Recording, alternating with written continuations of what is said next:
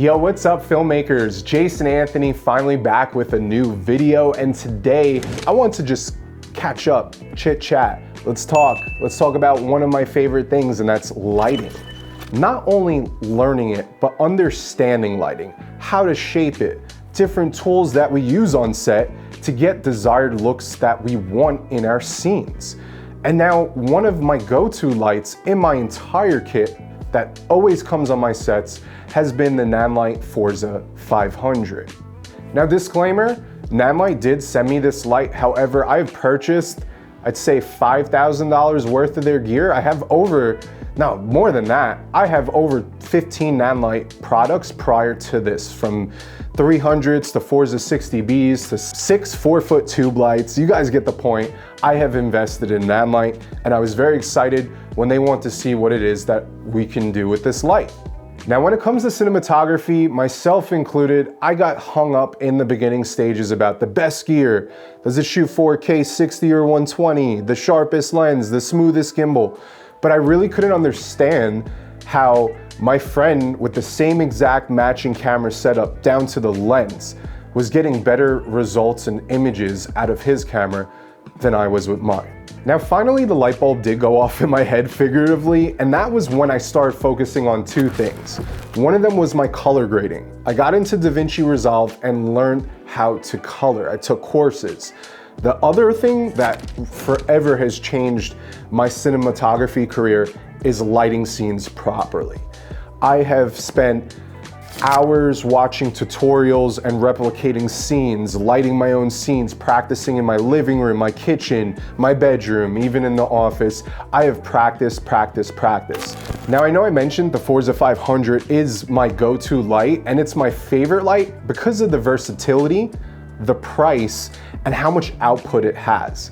On top of that, you have modifiers that Nanlite makes, like their 120 softbox, which is huge, and the softness that comes out of it with the grid is beautiful. They have a Fresnel head with barn doors, which I really enjoy using to motivate light through windows, which I'll show you in a little bit.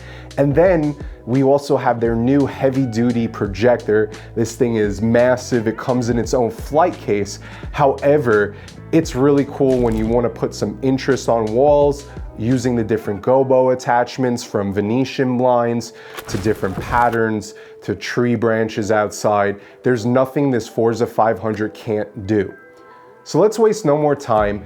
Let's jump into some behind the scenes on some of our productions, and I'll go over what modifiers we're using with the 500 and what exactly the light is doing. Now for my first example showing how I use the Forza 500, we have it outside with the Fresnel lens attached. This allows us to focus the beam it's throwing to really target the double doors it'll be motivating light through. You'll also notice a zero clamp holding onto the front of the Fresnel lens, a full CTO, being that the Forza 500 is daylight balance, and we wanted warmer light coming through the window, emulating sunrise or sunset. Now taking a look at the footage from the ad I shot here for Therabody, I kept the mood of the whole entire image more light and whimsical, being that it's a beauty spotlight. Now you have to remember, when it comes to lighting your scenes or even color grading, you have to make sure you align with the client. All right, so this is the studio that we rented for the day. Super simple, our client wants it on white backdrop. And we're just doing an overhead unboxing with some hero pans and detail shots of the item that we're gonna be shooting this product video for. Right here, we have our Forza 500 blasting into some beadboard and then going through a 6x6 artificial silk just to get some nice diffusion. I like my booklight setups nice and tight. The closer that those two are together and the light bouncing is gonna give you some really nice diffused light over here. Yeah, the lighting's very even, no real issues whatsoever. So right now you're seeing B-roll of how we lit our interview at the SEMA garage for our client. She manufactures aftermarket car parts and this location was awesome. I want to go over how we approach lighting such a large space, starting with our interview setup and then finishing off our lighting setup around the rest of our scene. All right, so for the next example, I am going to be going over with you guys how we lit this interview scene.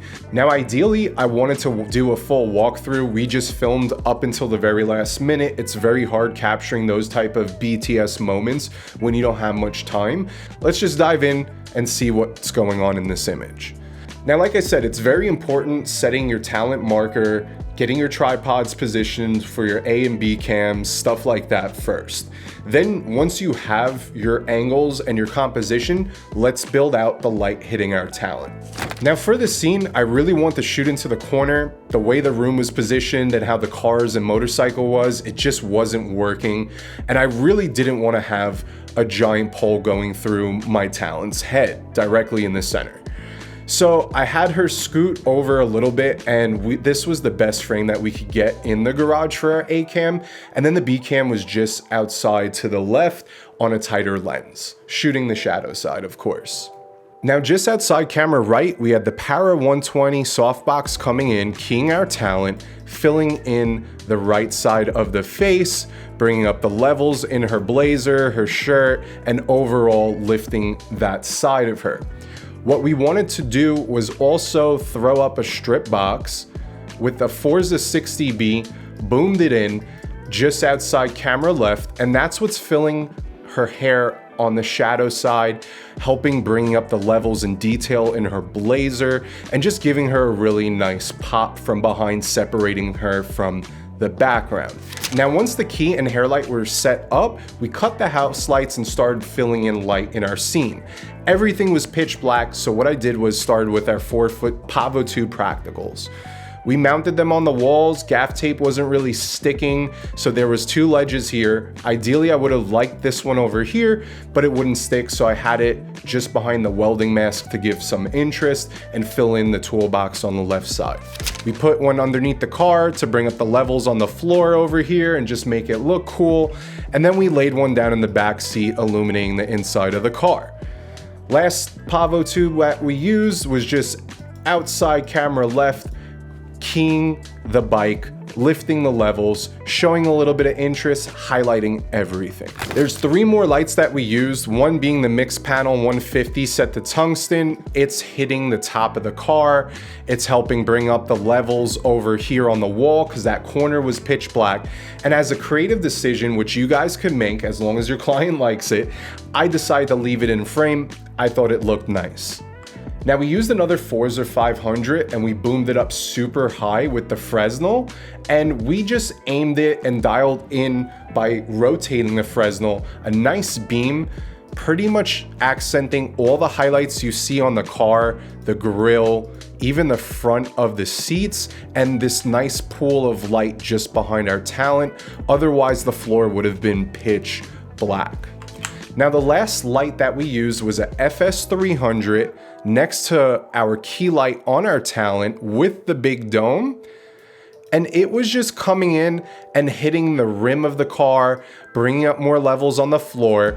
And believe it or not, this whole area was pitch black. And we just want to raise up the level slightly so that you could tell it was the fender and door, but obviously not making it look too high key, but also not making the blacks completely crushed. Now, once again, we cut the house lights and used our own lights so that the tungsten lights were matching one another. The practicals that we had in the background with that tealish baby blue pop complemented our tungsten lights, and overall getting this desired image. We would have never been able to do this if we just had a key light on our talent and the house lights were on. It would have not looked nearly as good, I promise you. All right, so how'd you feel about tagging along on our productions? Did you like the behind the scenes footage? Let me know in the comments below. Leave a thumbs up if you thought this was a great video, if you saw some value in it. Until next time, Jay Anthony, peace.